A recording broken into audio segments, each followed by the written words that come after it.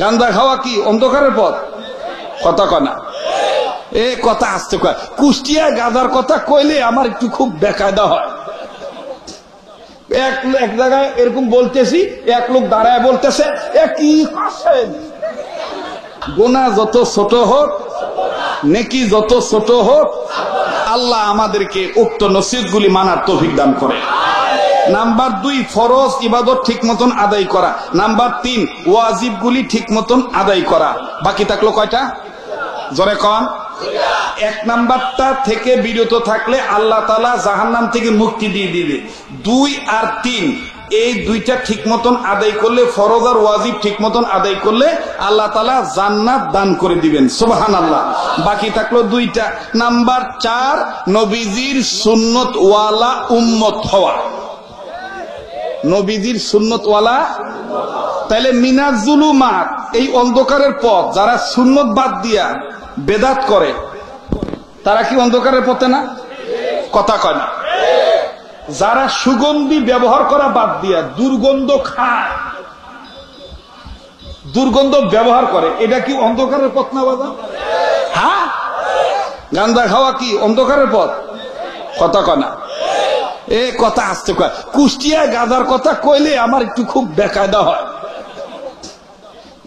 এক জায়গায় এরকম বলতেছি, এক লোক দাঁড়ায় বলতেছে, এ কি করছেন? লালন সার মাজারে যেদিন ওরস হয় ওদিন আসেন বসছেন, দেখবেন না গাঁজা কত প্রকার ও কি কি।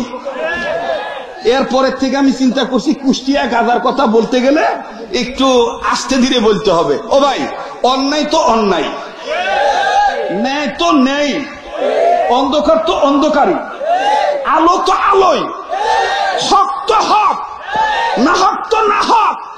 যারা হককে হক বলতে ভয় পায়, না হককে না হক বলতে ভয় পায়, আমার বন্ধুগণ, তাদের অন্তরে আল্লাহ বাদে সম্ভবত অন্য কোন প্রভুর গোলামি আছে। হক কথা শুনতে তিতা লাগে, তাই বলে কি হক কথা বাদ দেওয়া যাবে? হ্যাঁ, ওন্না দেওয়ার কথা মাথায়, ওন্না মাথায় না দিয়ে ওন্না দেয় গলায়।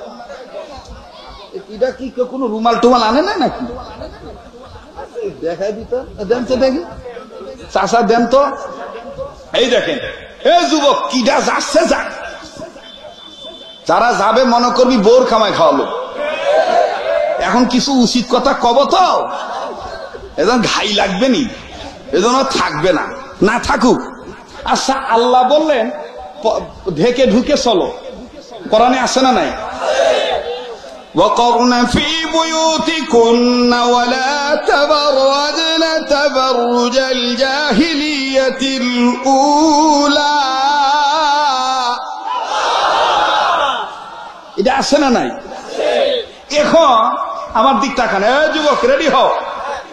খালি বৈষম্য, এক জায়গায় খালি বৈষম্য দেখলে হবে? নিজের ঘর থেকেও বৈষম্য দেখো। কথা কয় না। আল্লাহটা খায়, আল্লাহকে মানে না। আল্লাহটা খায়, খায় আল্লাহটা, গুণ গায় ইন্ডিয়া, খায় আল্লাহর গুণ গায় রাশিয়া, খায় আল্লাহর গুণ গায় আমেরিকা। আর মাশাআল্লাহ আমাদের কিছু দিদিমণি আর দাদা বাবু টেলিভিশনে রেডি থাকে।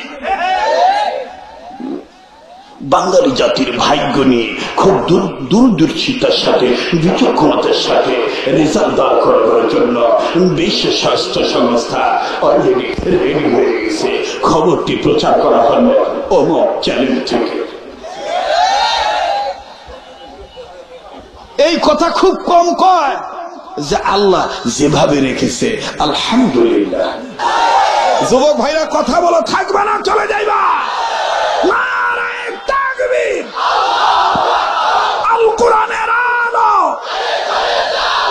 নামাও, যেটা বলতে চাইছিলাম, চাচার রুমালটা হাওলাত নিয়েছিলাম, ওন্না দেওয়ার কথা মাথায়। আল্লাহ বললেন একটু ঢেকে ঢুকে চলো, সেখানে ঢাকা বাদ দিয়া। ওরে দাদা, কাউকে বলবেন না কিন্তু। এই এখানে দিয়ে ছুঁয়ে দেয়, আবার কেউ কেউ এভাবে দেয়। এখন অনেকে বলবে হুজুর আপনি হুজুর মানুষ, আপনি এগুলো দেখেন, আমি কি ভাই খানা নাকি? রাস্তাঘাটে চলতে গেলে অনেক সময় চোখে বাঁধে না ভাই, কথা বলে না, বাঁধে না? আর কতক্ষণ চোখ বন্ধ করে থাকা যায় বলে, কতক্ষণ চোখ বন্ধ করে থাকা যায়? কিন্তু আমাদের বড় দুঃখ হইল এই দেশে নারী নির্যাতনের পক্ষে রায় হয়, মানে নারী নির্যাতন করা যাবে না এই পক্ষে অনেকেই রায় দেয়। কেউ করলে তাকে বিচার করে, পানিশমেন্ট হয় তার বিরুদ্ধে, জেল হয়, জরিমানা হয়, অর্থদণ্ড দণ্ডিত হয়, জুতা পেটা করা হয়, সমাজ থেকে বের করে দেওয়া হয়। কিন্তু আফসোস, তলে তলে কত পুরুষ নির্যাতিত হচ্ছে দেখারও কেউ নাই, বলারও কেউ নাই। আমি বলতে চাই আমার সোনার বাংলায়, আমার সবুজ বাংলায় নারী নির্যাতনের রায়ের পাশাপাশি যারা নারী নির্যাতন করে তাদের অবশ্যই বিচারের কাঠগড়ায় আনতে হবে।